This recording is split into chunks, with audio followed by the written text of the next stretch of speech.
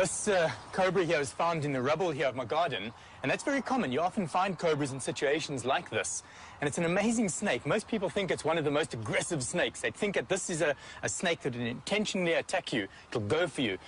That's not aggression. That snake's merely trying to warn me off. It's standing up so that I can see it, and I'm supposed to now move away from it. If I move around it here, you'll see how it follows me. It's, of course, going to follow every step that I make. Snakes respond to movement, the cobra especially. I'm going to show you something really interesting here. This cobra's really warning me with its hood, and if I grab it really gently and restrain it, hold it like this for a moment, once the snake feels that it's completely overpowered, once it feels that it cannot do anything else, that it cannot move away from me, cannot spread its hood, biting's not working, it may do something which is going to really interest you. It may pretend to be dead. And even if I move my hand over it, it's responding completely differently to the way it was a moment ago. Isn't that incredible? Snakes are so fascinating.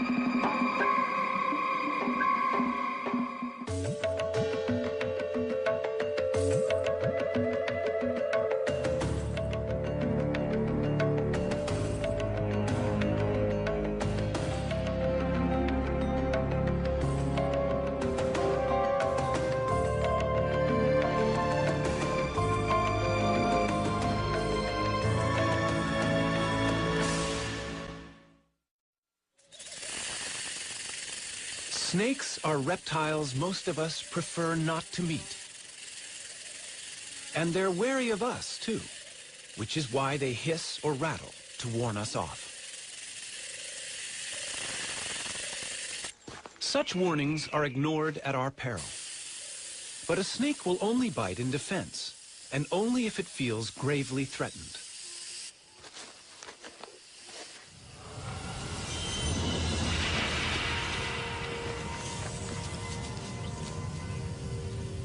It's easy to imagine the snake as an aggressor, the snake in the grass, a deadly foe.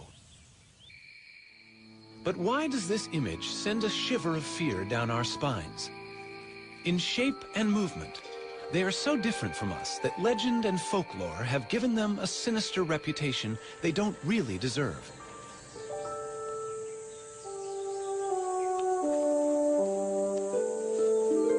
How can we understand an animal that smells with its tongue? Or that hears with its whole body, sensing vibrations? The hypnotic stare of its unblinking eye can seem as alien as its apparent rebirth through the shedding of its skin, sloughed off like a scaly ghost of itself.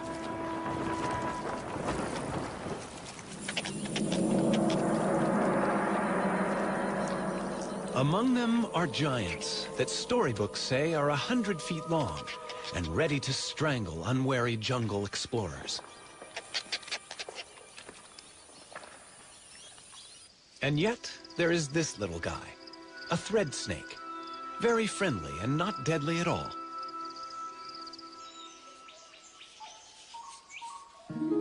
There is even beauty and grace in some as they go upon their bellies, silently through the trees. But where did snakes come from? An animal that looked much like some other reptiles alive today.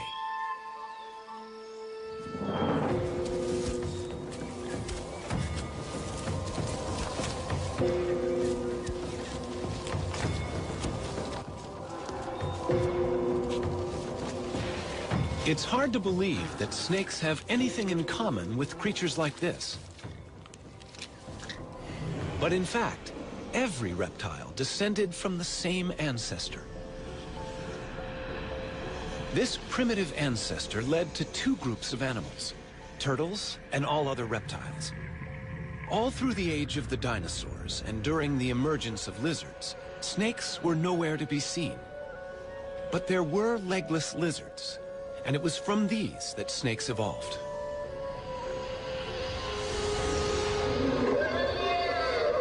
For 110 million years, they have been living side by side with other reptiles. Today, there are more than 2,500 different species of snake.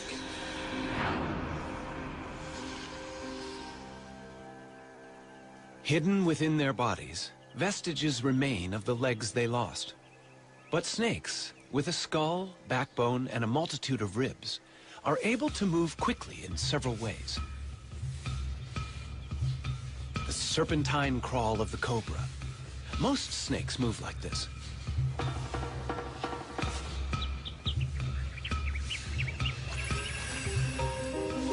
The movement creates little ridges in the ground, which the snake pushes against to propel itself forward. When you're short and fat, like this puff adder, throwing cobra-style loops is impossible. Instead, the muscles act on the ribs. As the ribs move, the snake's scales grab hold of the ground, and with a series of rhythmical contractions, the snake rows along in the sand. The famous sidewinder favors the serpentine wave, and like the cobra, it can push itself against the ridges it nudges up in the sand.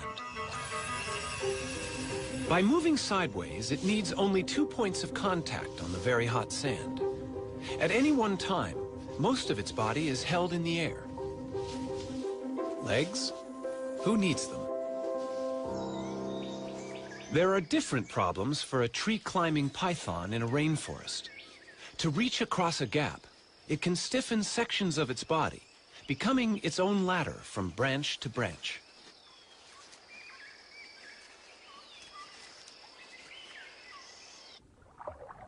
This sinuous and flattened body, with its broad tail working like an oar, could be mistaken for an eel. But this is no fish. It's a sea snake.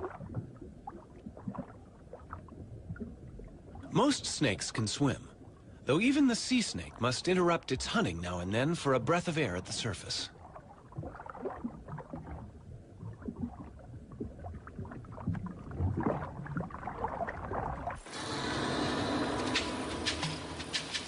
As hunters, in water or on land, snakes are silent and efficient killers. A rattlesnake has more than its bite to work with. Its tongue constantly tastes the air, scenting for prey. Its body senses ground vibrations, even the footsteps of a mouse. Standing still is no defense. The rattler is also able to sense body heat. Infrared heat, detected by sensory pits on each side of the face, pinpoints the prey.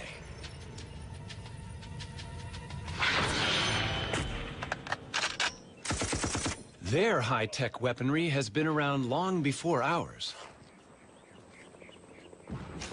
But in any combat situation, defense is as important as attack. This military training ground is home to 2 other opponents. The rare red cockaded woodpecker lives in this loblolly pine. Its enemy is a corn snake, whose tactics are to climb the tree and steal the woodpecker's chicks.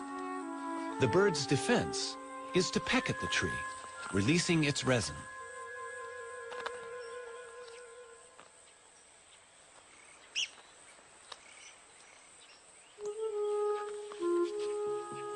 But how can resin repel this relentless invader?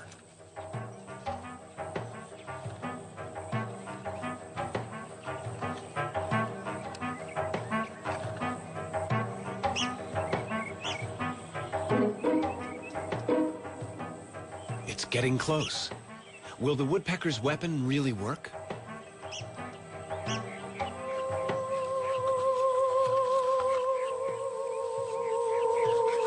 The resin goes into action. Seeping between the scales, it irritates the snake's skin.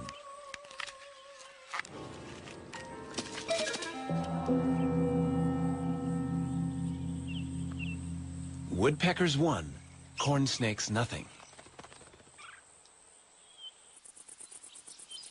Australia, home to the most venomous snakes in the world.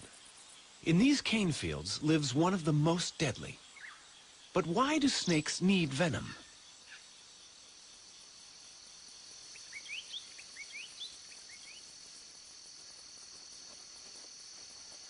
This inland taipan is hunting rats. The cane fields are alive with them. But they are dangerous prey. Rats can bite back.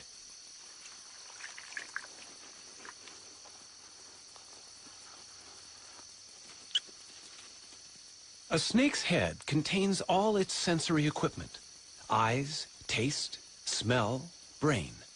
And the head is vulnerable.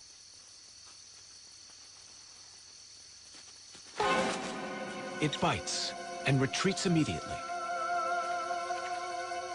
The head is undamaged, and the venom is doing its work. The rat is now paralyzed. The snake can safely approach its prey. Venom gives the snake two huge advantages. It not only kills the prey, but by the time the snake begins to swallow the rat, the venom has already begun to digest it, breaking down cells in the body. The venom in a baby snake can be even more powerful than the adults. This young Cantal viper is luring prey with its worm-like tail.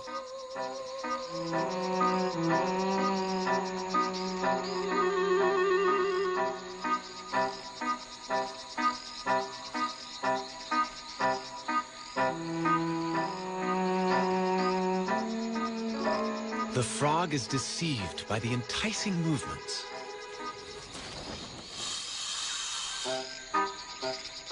Unaware of its lucky escape, the frog remains convinced there is a worm there.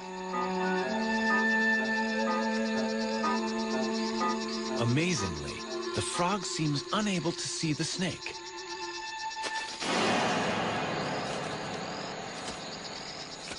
The venom acts quickly, subduing the frog. The young viper catches mainly amphibians, but as it grows older, the chemistry of its venom will change to suit other prey.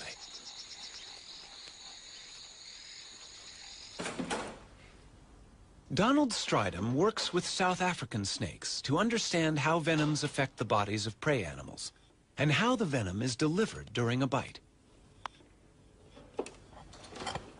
The snake that I've chosen here is a puff adder, and they've got the very long front-hinged fangs with a cytotoxin, a cell-destroying venom. I'm going to very carefully open up the snake's mouth and show you this mechanism. The snake doesn't like its mouth to be open. It's much like you going to the dentist and having your mouth prodded into. Now the fangs lie against the palate of the mouth. So if I just open there, you can hardly see the fangs. But if I now slip my stick just behind the fangs and get them forwards, you can very clearly see how they hinge. Now the fangs are covered by a skin sheath here. I'm going to try and slip this sheath up so that one can see the naked fang. And there we have one fang nicely exposed. These fangs are hollow. They work like little hypodermic needles, so they inject venom through the fang into its victim. And in fact, you can see a tiny droplet of venom on the one fang there. You know, the venom glands of a snake are very similar to the saliva glands in a human, in that if we have a dry mouth, our body very easily reproduces saliva, and the mechanism with a snake is almost exactly the same, in that venom is never easily exhausted. Under normal conditions, the snake is never without its venom. A gaboon viper produces venom in huge amounts. It's a large, fat-bodied snake and needs to have a lot of venom to subdue large prey quickly. The viper is too slow to chase its victim. To inject such large quantities, the gaboon viper has the longest fangs in the world. Each is almost as long as a human thumb. That's quite a bite. Even a smaller bite is no fun. Venom is breaking down the cells inside this man's punctured leg.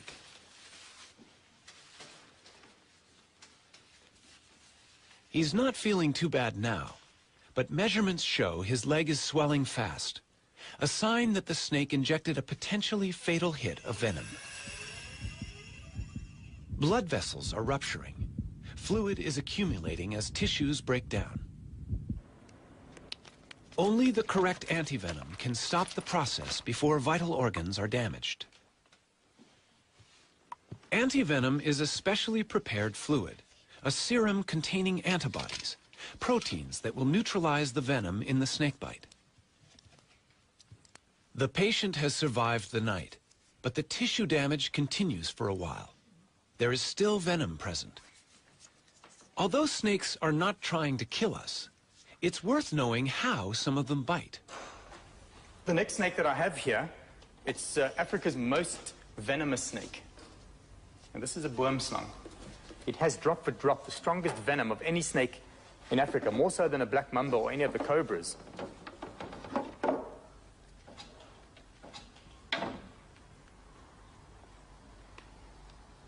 Most people think that a black-fanged snake can't bite onto a large part of your body. Most people think that the boomslang can only latch onto your earlobe or small finger.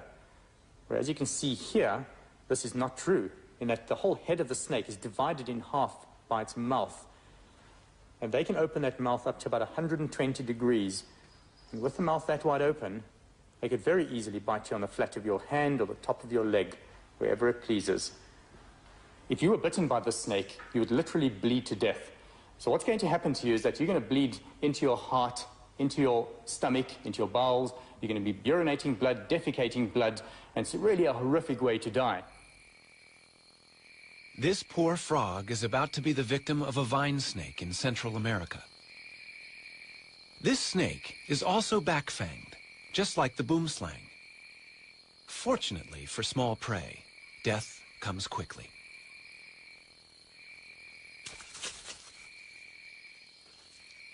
The venom of some snakes with fixed fangs attacks the nerves. Now, the front fixed fang snake that I've chosen is a snouted cobra here. These fangs are much smaller than the front hinged fangs of an adder. Those fangs don't have to fold backwards. You see, they remain erect in the mouth. So the snake merely has to snarl its mouth and so inject its venom. And sometimes a mere scratch is enough to kill you. The neurotoxins would interfere with the neural communication system of our body and paralyze the vital organs, so the heart or the diaphragm muscle, and one would die from asphyxiation. You literally cannot breathe and possibly die of heart attack. In most countries where people face a daily risk of encountering snakes, wood piles and exposed trash heaps are surprisingly common, yet all can encourage snake trouble. Wood piles provide shelter for snakes, and trash attracts rats. What better prey is there here in Africa for a black mamba? 6 feet of powerful hunter, it haunts the outbuildings and can strike like lightning with a quick-working venom.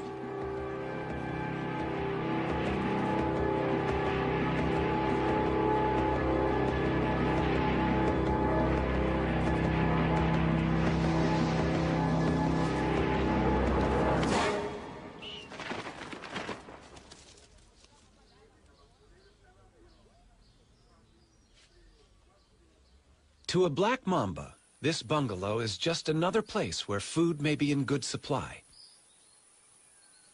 Inside, Tony Morgan confronted an uninvited guest, and it bit him. This is a typical corner that snakes like to hide in, and it was a similar corner like this near my front door on the farm that I found a mamba all curled up here with my fishing rods and various things like that.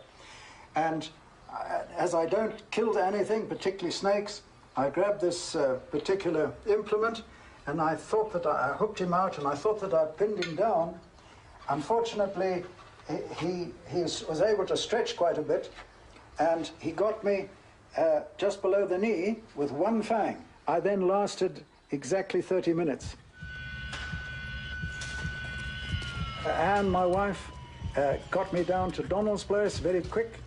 And then he took over and drove me down to the hospital, where we were fortunate in finding a doctor on duty, and 30 minutes after the bite, I said to him, I cannot exhale anymore, and he said at the same time, which I didn't hear, his heart has stopped as well.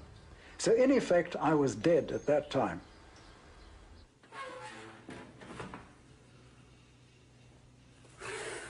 Bill Haast in Florida is the kind of person to whom Tony Morgan owes his life. But collecting venom to make anti-venom has almost cost Bill his own life. I was bitten by a cobra and ended up in a respirator. I had stopped breathing. I was bitten by a mamba in the leg, a king cobra bite in the knee. Well, my blood pressure went to 0. But the most recent one, which was a canebrake rattlesnake, a couple of months ago, I got bitten on the back of the hand. That was almost pure carelessness. Bill, who's nearly 90, milks venom into a collecting jar while he gently squeezes the venom glands. But how has he survived 168 bites? The answer may be quite natural. The South African Cape cobra, a highly venomous snake, is prey to meerkats. But why are meerkats apparently unaffected by frequent cobra bites? They seem to be immune. Perhaps the frequency of such bites is a clue to Bill's survival. Back in 1948, September the 18th to be exact, I started immunizing myself with venom from the Cape cobra of South Africa. I diluted the venom 10,000 times and took 1/100th of a milliliter. Then I graduated or increased the dose over months and then eventually years, added different species until now, on usually once a week, I take a booster, and it's a mixture of 32 different species. So I know that got me through a lot of these bites, at least over the threshold, if not in most cases, saved my life. Snakes and humans share the world uneasily. This spectacled cobra is common in the paddy fields of India.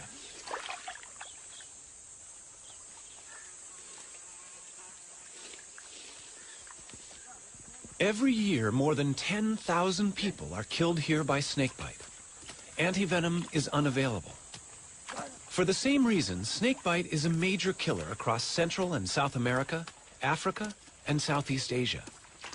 It's hard to arrive at an exact number, but at the lowest estimate, 50,000 people die each year.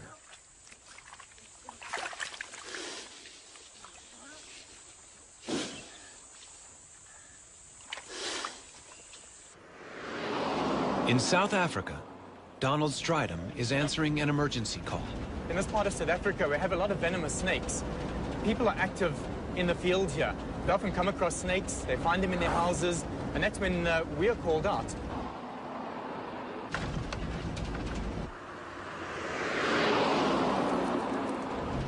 Seems to be the place over here. Lots of people standing around there. A snake in a house is a cause for local excitement, but the occupants have already followed the right emergency procedures. Everyone has left the house, and they've not only closed the door, but sealed it as well with a towel. Donald can be fairly sure that the snake is still inside. What I'm going to do here is have to put a visor on, because in a situation like this, it's very possibly a spitting snake. So I'm just going to get a few things that I need here.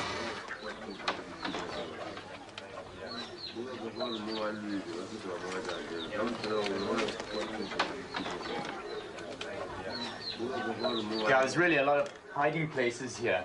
The snake could be anywhere. This is really, yeah, it's a bit dark in here as well, so one's got to be really careful. But just take care where you walk over there. You take it easy. There are places around here where it could easily just spring out on you. So if you guys just stay back a bit there. I'm going to have a look in these dark areas. I need to stay in the open area of the floor, because I suspect it to be behind things around like this here. Oh, that's clear.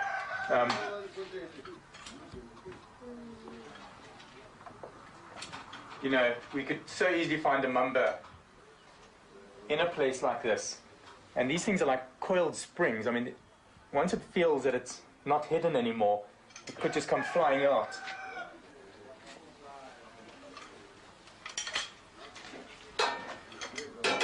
You see, these are perfect. You'd find rodents here as well. And this is what the snake was probably looking for. Or to just trying to hide from the disturbances outside, possibly. You know, this whole area is really, really good. Look at these mats under here.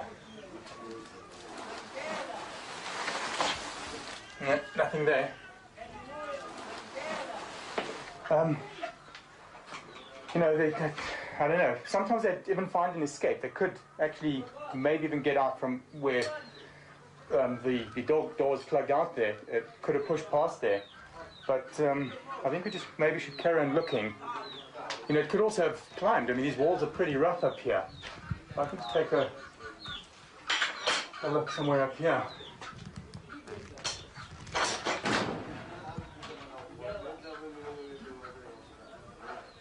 Nothing there. Oh, yeah. Whoops. There's something up there. There's something in the corner over there.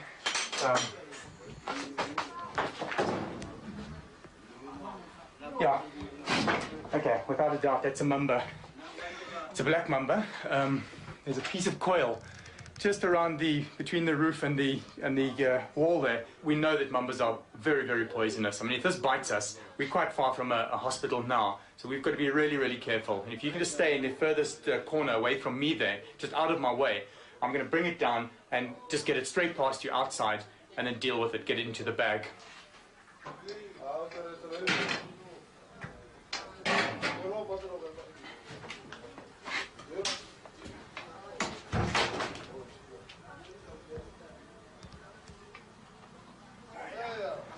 Okay, it's trying to edge away from me there. It heads out again.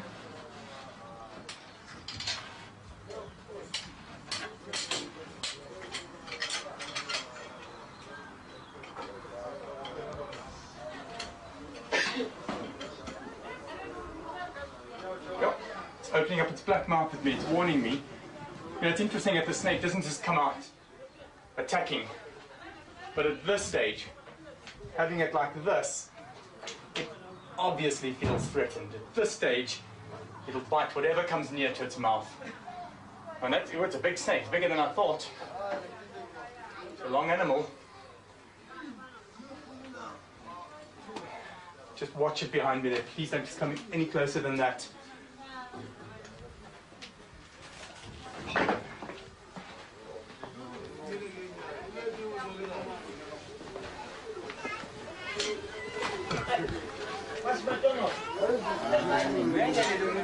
You know, the snake's obviously hyped up now, and whatever touches it through the bag, it's going to bite. And you can see through the bag here. I'm going to just pin it down to the side, make sure that it's safe in one area, and then I'm going to release the head.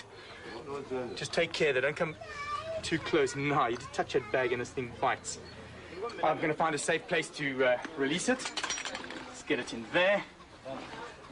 And I think I should go and reassure the lady here that her house is clear of snakes and that it's safe to go back in again.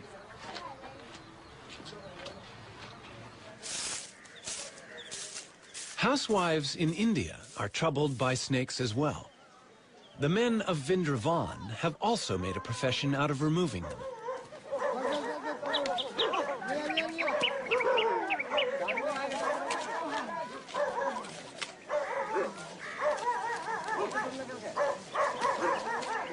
He's not going to let this cobra go free.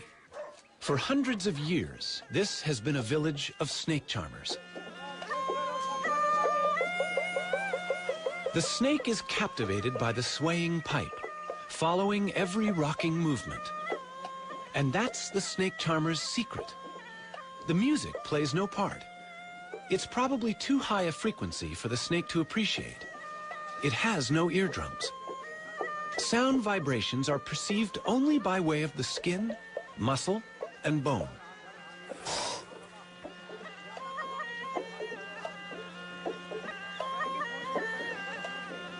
Bites are a routine hazard for charmers, but they have a special snake stone, which they believe can magically draw venom from the wound.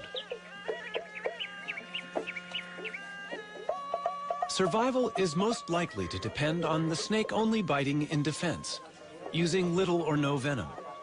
Also, the victim himself may have received many mild bites in his lifetime and developed some immunity. But the piece of soapstone is the treatment they believe in.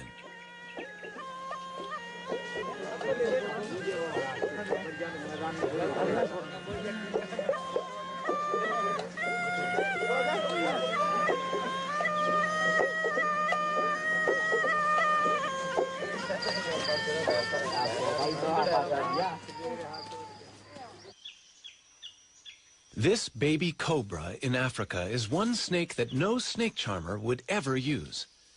It threatens the civet cat by standing tall and looking big. But it has another weapon. This is a spitting cobra, and it sprays venom, which irritates the eyes of the attacker.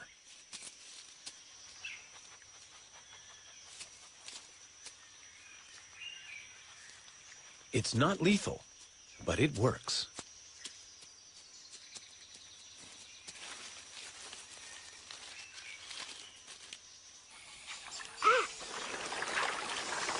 South America, the Llanos of Venezuela, the wetland home of the largest snake in the world,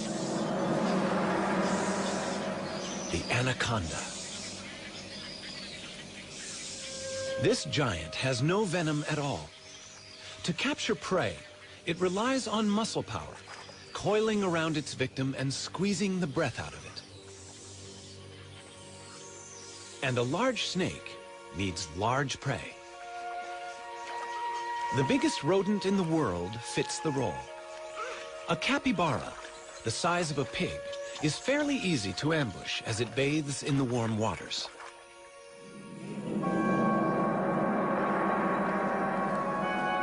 The snake must have teeth strong enough to hold on to such lively prey, and be ready to loop its body tightly around the capybara to avoid being bitten or scratched.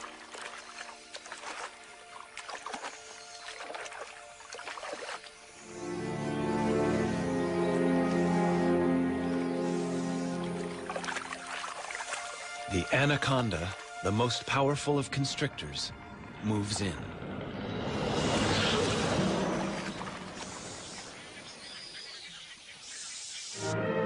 Look out, Jimmy. Hold that head, hold it. Mike hears Jimmy's cries for help.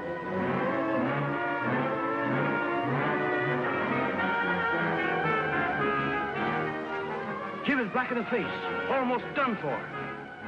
To be safe, the actor needed to know exactly how a large constrictor kills, just as Donald Stridham does. I caught the snake on somebody's farm. It had eaten something really large, and the farmer was worried it's going to eat his dogs or even maybe his children, which isn't totally unrealistical. Have a look at that. Yeah, it's getting me around the arm here. I can really feel it. You get this area here. I mean, you can see how it's stopping the blood supply there. And this is my arm, so I mean, I can handle it. I can wrap it off me here. But can you imagine that around somebody's neck? I mean, that's pretty tight over here. This movie that we watched, we've just seen it with this Jimmy, where it had wrapped around him. It wasn't totally wrapped around his neck, not like the way this has got me around the arm here. With Jimmy, I could literally see that he turned around to get this python around his body, and it wasn't a natural constricting pose. Whereas this snake has got me. I mean, look at that. My arm's going quite red there. You have to try and make a plan here. Really got me. One thing I got right in the movie was that the python, like many other non-venomous snakes, are ambush animals. They will lie in ambush for their prey. It'll lie there, wait for the animal to come past, strike at it, bite it, and hook it with those 100 needle-sharp teeth. It then throws coils around this animal while it pulls the animal into the coils. It then asphyxiates the animal. Every time it breathes out, it tightens more and more, and the animal dies of suffocation. If one looks into the mouth of this python, you can see a little circular tube, and that is the extension of its epiglottis. And it's very useful for a snake to have this, because what happens is, when it swallows, that'll extend right out of the mouth and so it can still breathe while it's got a full mouth of antelope. I think the snake deserves to be released now, so not to stress it too much, I'm going to release it here in the bush. And this looks ideal here. And as soon as I let the head go, that's it, I can feel the coils have immediately relaxed on me there. And the snake just wants to get away, straight into the bush there. Wow, look at that arm. This arm's gone really quite red there. What a relief to have that off. This is great. I love letting snakes go back into the bush. It's such a nice feeling. If you can do something for them as well, it's a nice feeling for me, and hopefully for the snake.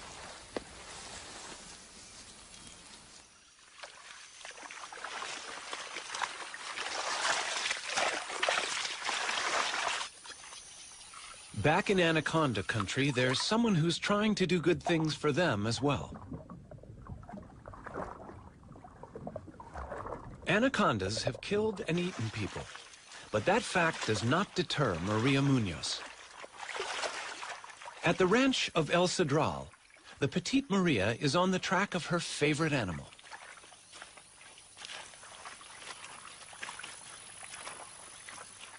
She works with her assistant, Ramon. A snake longer than 10 feet always requires 2 people for safe handling. ¿Cuántos machos tenemos? How many males do we have? It's the breeding season for anacondas, and Maria recognizes this group as small males. She hopes they will lead her to the much larger females somewhere nearby. The males are placed in bags to keep them out of the way. Bueno, aguja. The female they find is 13 feet long. Voy. Maria uses a trick to calm it down. No. She dips its head in the mud so it can't see. She was very quiet. Y le vas a poner en la cabeza. Beautiful. For several years, Maria has been studying how anaconda populations here live and vary. The tail. I would like to know is new one or she had a mark. Let me see the clock. Good. It's a new female for us. That means there are more than 900 anacondas, green anaconda in this ranch. Before Maria began her work, no one knew how many anacondas could live here. Now, by taking blood samples for DNA, she is also getting some idea about how they are related. But of course, she still needs to know how long these giants are. Her personal best is nearly 20 feet, about 10 feet short of the world anaconda record.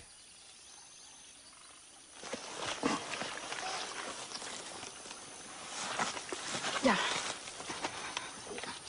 ¿No se sale? These are the heaviest snakes in the world. But this one is a little lighter than the 485-pound monster in the record books. 44.45 kilograms. Some snakes, like this South African tiger snake, not only constrict their prey, but are also venomous.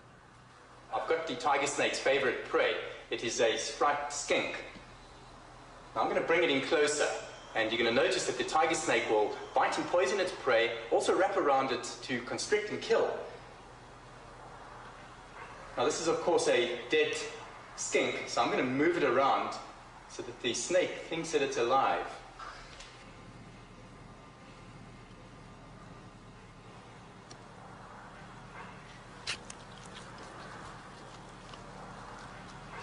The tiger snake's venom is weak, so it needs to grip the lizard firmly, not only to prevent escape, but to limit the risk of damage to itself during a struggle.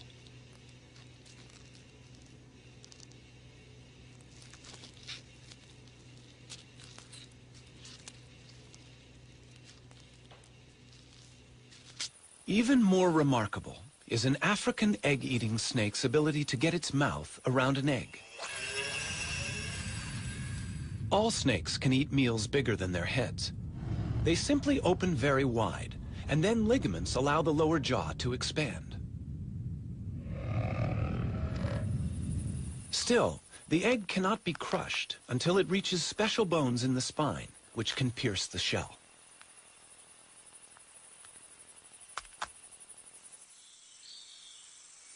For convenience, a snake does better to eat another snake. A king cobra is called king because it's a snake eater. The mangrove snake it's attacking is only mildly venomous. No match for the king.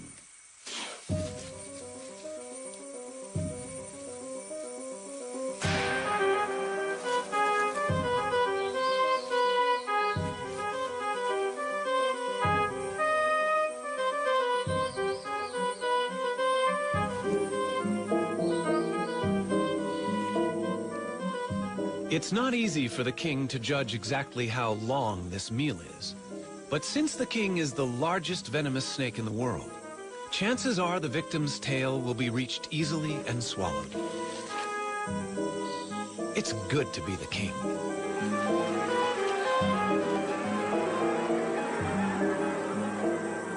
So how would a snake avoid this fate? One way would be to play dead. This eastern hog-nosed snake is giving his best performance. Its play acting must convince a threatening indigo snake. There is an interesting moment of standoff, but the actor has another defensive card to play. A gland in its tail emits a smell of death to go with the gaping mouth. It's the performance of a lifetime, and the enemy is fooled.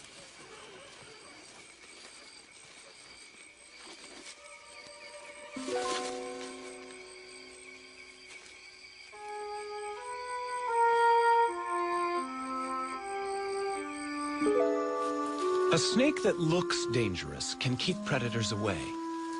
Red next to yellow will kill a fella is a useful rhyme about a coral snake. It is venomous. Red next to black is a friend of Jack is true for a milk snake. It mimics warning colors and only pretends to be dangerous. A pretend head keeps the real head of a Calabar ground python safe. The real head has a tongue that gives it away. But the deception can be good enough to cause a predator to attack the tail by mistake. And a tail is not a vital organ.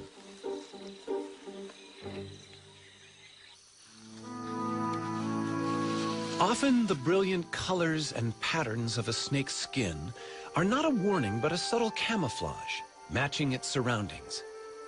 And to us, it can look beautiful.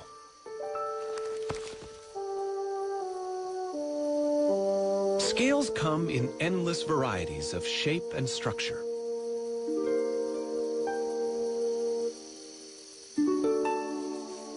In the wild, snakes are not easily seen, a useful quality which suits these masters of ambush perfectly.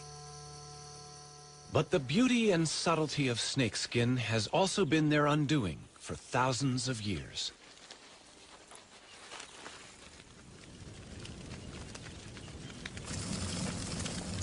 Fire is traditionally used by hunters in Cameroon to expose the hiding places of aggressive rock pythons. Entering an aardvark burrow to retrieve so vicious a snake is a risk few men will undertake. Once, this nightmare task was a test of virility, a rite of passage. Crawling inch by inch on toes and fingers, the hunter moves toward the angry python. His companions keep track of his progress. They may have to rescue him. The heat is stifling.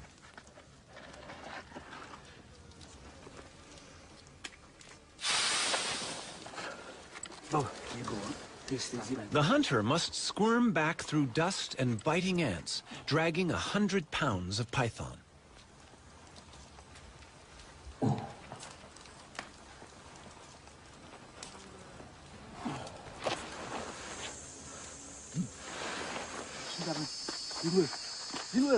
His companions take over.